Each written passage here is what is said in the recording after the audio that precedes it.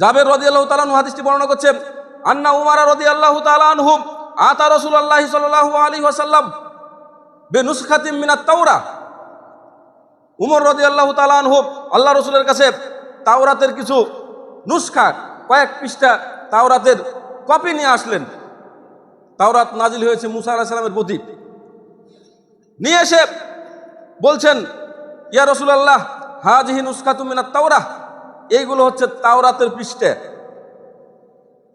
ফাসাকাতা, আল্লাহ রাসূল সাল্লাল্লাহু আলাইহি ওয়াসাল্লাম কিছু বললেন না, চুপ করে থাকলেন।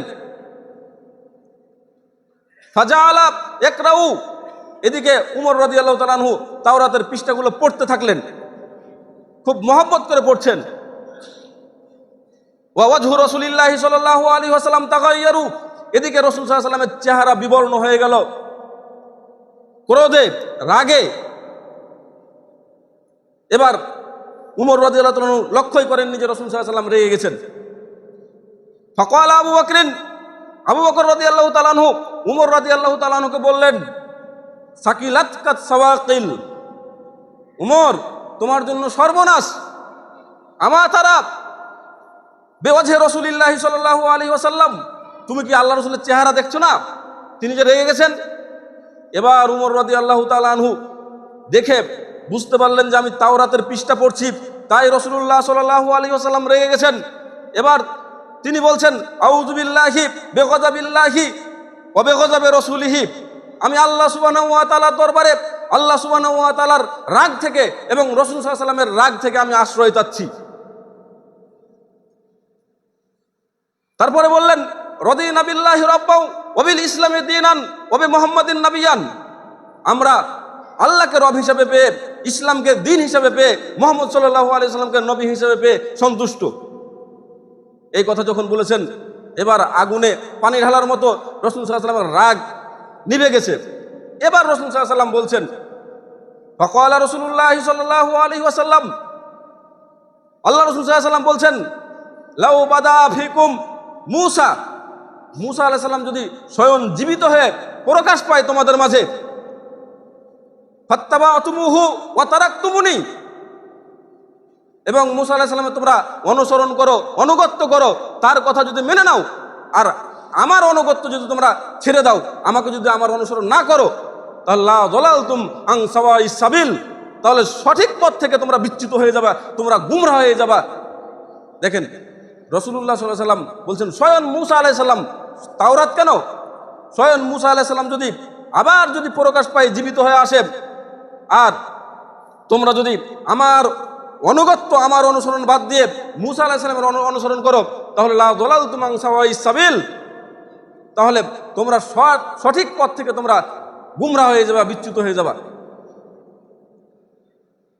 এই কথা শুধু বলে ক্ষান্ত নয়, এবার রাসূল সাল্লাল্লাহু আলাইহি ওয়াসাল্লাম বলছেন, লাউ কানা মূসা হাইয়ান মা ওয়াসিয়াহু ইল্লা ইত্তিবাই, মূসা আলাইহিস সালাম যদি জীবিত হয়ে আসেন, তিনার কোনো পথ থাকবে না আমার অনুসরণ করা ছাড়া। তিনি যদি আবার জীবিত হয়ে আসেন, তাহলে তার অনুসরণ করা তো দূরের কথা, তিনিই করবেন আমার অনুসরণ।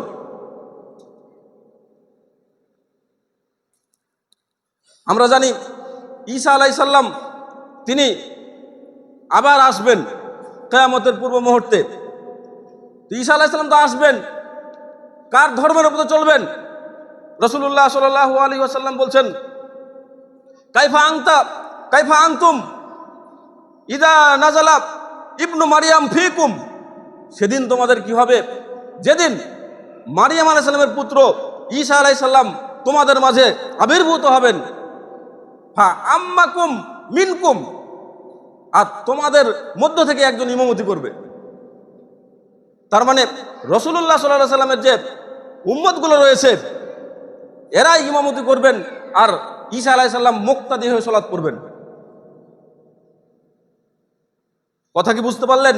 এখানে ঈসা আলাইহিস সালাম একজন নবী আবার আসার পরেও আমাদের নবী চলে গেছেন, কিন্তু আমাদের নবীর অনুসরণ বাদ দিয়ে যদি আমরা ঈসা আলাইহিস সালামের অনুসরণ করি, তাও আমাদের অনুসরণ ঠিক হবে না।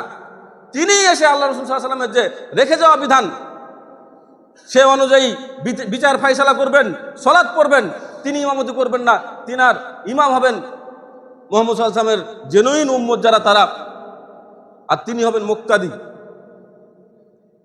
দেখেন এখানে মুসা আলাইহিস সালাম একজন নবী, তার ব্যাপারে বলছেন যদি মুসা আলাইহিস সালাম আবার জীবিত হয়ে আসেন, ফাত্তাবাতুমুহু ওয়া তারাকতুমুনি, আমার অনুসরণ বাদ দিয়ে মুসা আলাইহিস সালামের অনুসরণ করো, তাহলে লা যালালতুম, তোমরা পথভ্রষ্ট হয়ে যাবা। মুসা আলাইহিস সালাম একজন বড় মাপের নবী।